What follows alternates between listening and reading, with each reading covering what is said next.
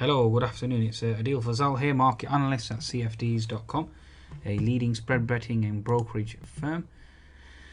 Be sure to visit the website cfds.com and certainly check out the other products and services available. Alternatively, you can visit the educational website www.cfds.education for my latest charts and analysis that I update daily and constantly throughout the day.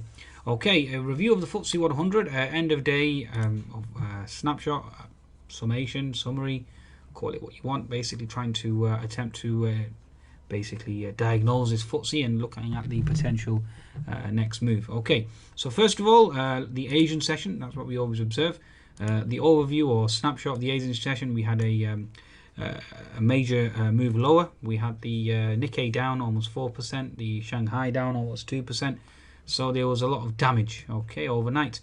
The European session itself did eventually finish lower, but we did manage to reverse the losses quite substantially, given the fact that the Euro Stoxx was trading below 3,000 at one time, and we have reversed given the fact that we've had stronger economic data out the UK and the EU as well today. Okay, so in terms of economic data, we had the CBI distributed trade survey coming out better than expected, almost double the actual figure that was expected, and also economic sentiment, business climate, confidence, consumer confidence, industrial confidence, so out of Europe, all coming out much better than expected. Okay, having said that, given the fact that we are currently it's almost 5:30 now, obviously the UK market is closed. In terms of the US data, it's certainly coming out stronger than expected as well. We had the consumer confidence come out much better than expected, and that's going to be obviously helping the US markets to put in a potential base and move certainly higher and shake off the Asian weakness. Okay, in terms of news flow for the FTSE 100 today, we had Glencore. That basically was the main mover today. Actually, we had a short squeeze. If I bring up the FTSE 100, you can see there Glencore, the biggest riser today, almost 16%. And commodities in general, given the fact that copper certainly has put in a base and oil certainly has bounced off the low as well. Glencore, obviously the major mover, given the fact that there was talk of it being taken private, given the fact that it's certainly sold at present and does not represent the true value of the company, and that certainly has sent the actual stock higher, given the fact that several analysts have weighed in saying that it's certainly oversold. Now, the fact that we know it's oversold is if you look at the FTSE 100 oil and gas sector, looking at it on a daily chart and a weekly chart, you can clearly see that we are into support. The daily chart clearly showing support on the FTSE oil and gas sector. The mining sector, if you look at a monthly chart, that's probably the best way of looking at it at present, and you can see that we are into key support zone on the mining sector as well.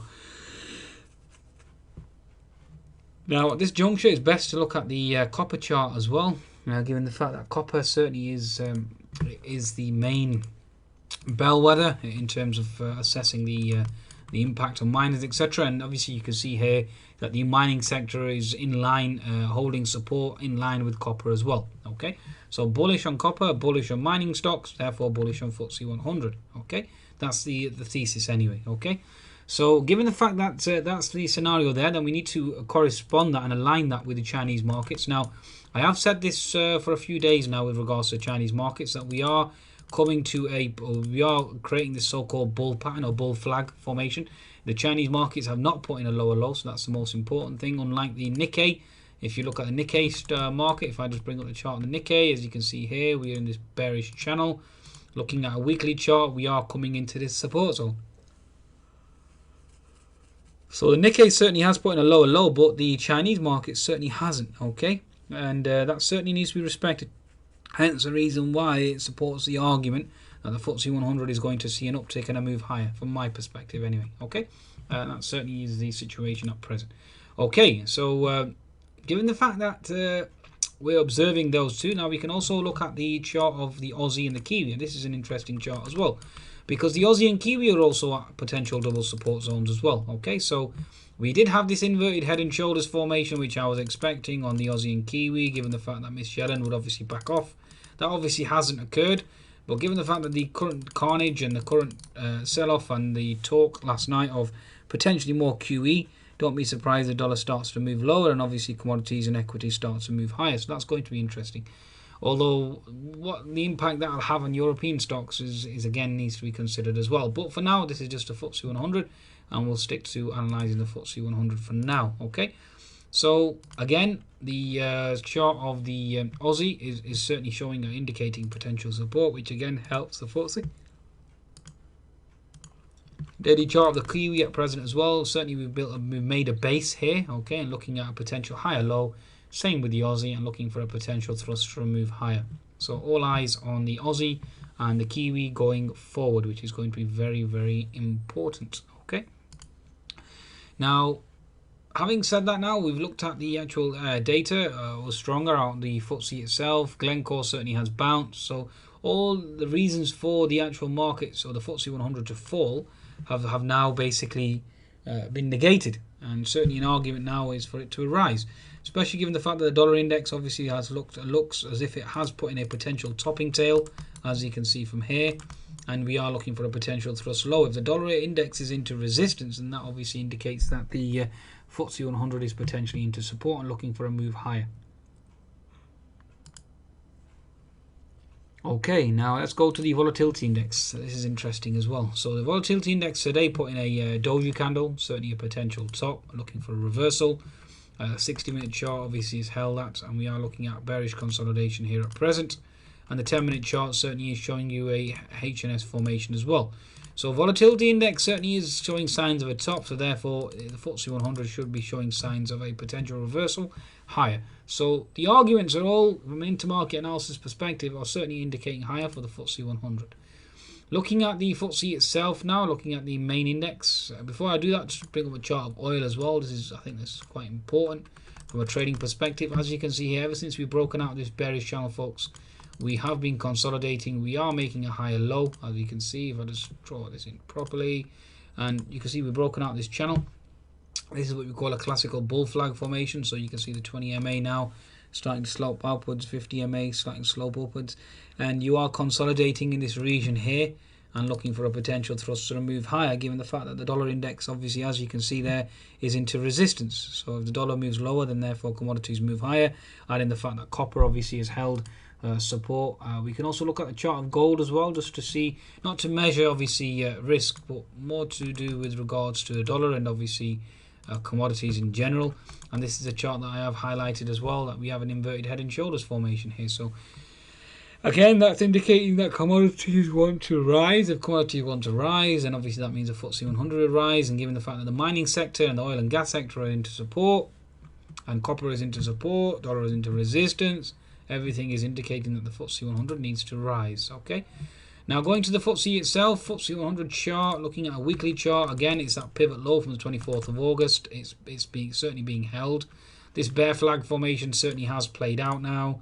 This formation here certainly has played out, although it is a concern that we've took out this pivot low from the 21st. Having said that, it's understandable given the fact that we had the Glencore situation, etc., and obviously the Volkswagen scenario or chaos that's ensued.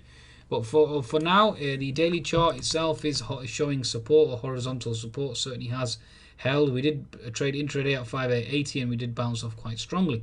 So this pivot support certainly is being respected thus far. Okay, the 60-minute chart of the FTSE 100 itself, we had this bearish channel, and I was expecting a thrust or a potential move higher and break out of this bearish channel. But towards the close, the FTSE did start to sell off and showed immense weakness. So again, that is a concern. 5880 is your support zone, and the pivot at 5907 and 5890. Okay, for now. And in that zone above 5950, if you push higher, 5950 certainly remains a zone. We are out this bearish channel, so again, that is a strong sign, or a bullish sign from my perspective, that we're out of that zone. And I am looking for a potential thrust and a move higher at this juncture. So again, this is going to be interesting and to observe and to certainly watch as to the next move here. But from my inkling, given the fact that I've showed you intermarket analysis indicating to you that the miners and the oil and gas stocks certainly are putting in a potential pivot. Oil is bullish, copper is bullish, gold is bullish, dollars into resistance. Certainly, especially given the fact that we had stronger economic data around the UK and Europe today, that should alleviate any concerns for now. Also, there is some news with regards to Volkswagen that was indicating towards a bullish side. So again, that certainly helps as well. Consumer confidence out of the US certainly strong as well. Okay, so that basically is the situation with regards to the 60-minute chart. If we do break this 5,900 level and start to trade lower, then 5,880 comes into the equation, and that pivot low here at 5,760 certainly is activated. But from my understanding, I do expect a potential move higher at this current juncture. 10-minute chart on the FTSE 100, we've put in a higher low. We did put in a lower low, so the intraday low we negated, okay, and we certainly held above it. So again, that's a bullish sign. I am looking for a potential thruster and move here at this juncture for an inverted head and shoulders formation on a 10-minute chart, and start to look to potentially trade higher and close the gap above at 5,970. That's going to be interesting. 5-minute chart itself shows you a better insight, a better understanding here. Let's just draw these lines. Okay, get these lines organized. So the resistance remains here at 5,950. Obviously the gap level there. Excuse me. Okay, so that's basically the zone that we find ourselves in. Okay, so this is your right shoulder, and then obviously looking to potentially move higher. So pivot low 5,900, looking at the neckline around 5,940. So you are looking at gap fill, which is 5,970. You're looking at a 40-point move, so you're looking at around 5,980, which obviously does get you gap fill. Okay, so again, indicating bullish bias on the FTSE 100. Now to cross-reference the FTSE itself on the FTSE All Share Index, again, horizontal support on the daily chart of the All Share. Euro Top 100, again, we've put in a bottoming tail, similar to the bottoming tail on the 24th, and we are holding that support zone as well. FTSE Europe is my only concern, and that's mainly due to the fact that Volkswagen obviously is affecting it. Having said that, we did trade within the inside bar of the 25th of September, and we did close within it. So again, there is signs of a bullish bias there. Okay. The FTSE 250, always good to cross-reference that. My only concern is that we did break the pivot low of the 25th of September. So again, that does certainly remain a concern to me in terms of the FTSE 100. But given the fact that the BOE is starting to sound slightly dovish now at this current juncture, especially with the FTSE 100 and miners and obviously commodities being under the cosh, as we have witnessed as of late, and obviously there's no signs of inflation anywhere at present, it's going to be very hard, and that should in itself lift the FTSE 250 as well.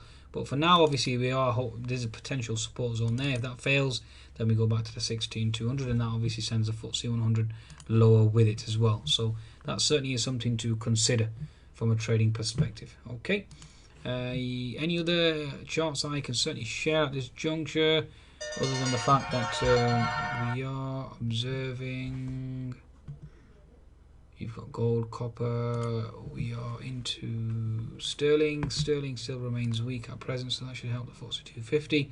I think that's a wrap. Again, 10-minute chart, inverted head and shoulders formation, observe that. The 60-minute chart, again, if we break higher, 5,950 ideally, and that would firmly put you into the bullish scenario.